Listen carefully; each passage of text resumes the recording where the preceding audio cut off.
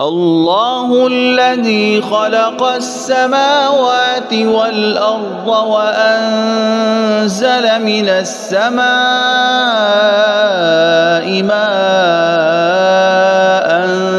فأخرج به من الثمرات رزقا لكم وسخر لكم الفلك لتجري في البحر بأمره وسخر لكم الأنهار